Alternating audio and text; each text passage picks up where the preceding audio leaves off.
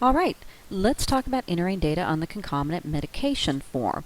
So first thing you'll want to know is if there are no con meds, you're going to have at least a single CRF that tells you that. You'll click no, and then you know that they asked about con meds and there aren't any.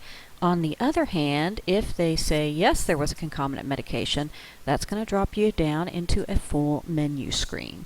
Some of the general conventions, by the way, for concomitant medication are to enter the data as seen on the case report form.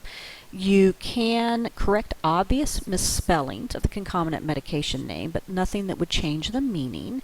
And you can abbreviate the text recorded for the indication, again, as long as it does not abbreviate or as long as it does not change the meaning. Let's go to the first field here, which is the concomitant medication identifier. So you might have no con meds for a patient, you might have 20. You're going to tell the records apart by providing a 3-digit number starting with 1, and that's going to be actually written on the case report form. In this case, it's 001, our first con med for this patient. And the concomitant medication name, this is a B12 vitamin.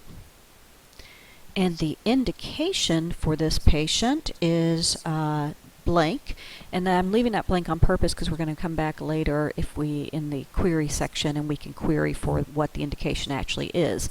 Then we ask if it's for an adverse event, and the answer is no. If it was, this would be the prompt for them to go back and complete the adverse event form.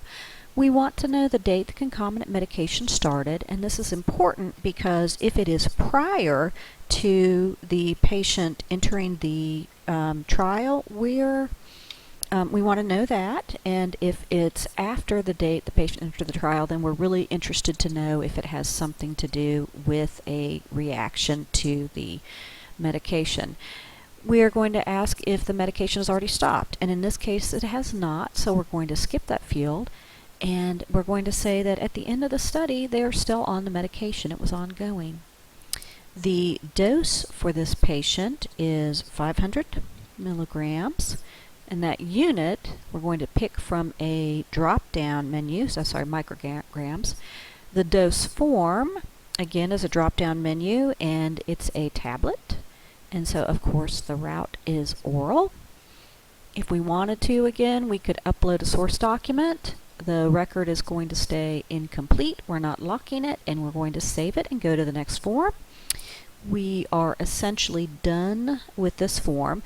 If there was another concomitant medication, you could save and go back to the con meds, pick up a new form, and enter that.